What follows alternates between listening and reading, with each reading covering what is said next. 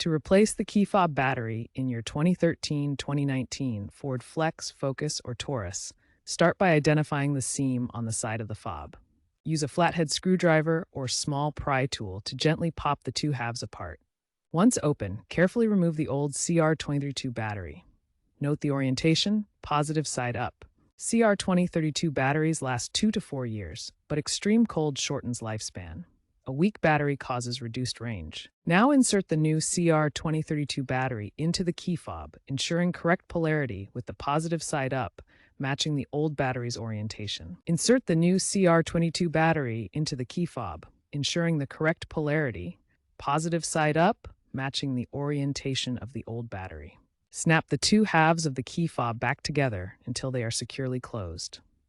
Test the fob by pressing the lock-unlock buttons. If the fob doesn't work, consult your vehicle's owner's manual for reprogramming instructions, usually found under Vehicle, Keypad, or a similar menu. Dispose of the old battery responsibly according to local environmental regulations.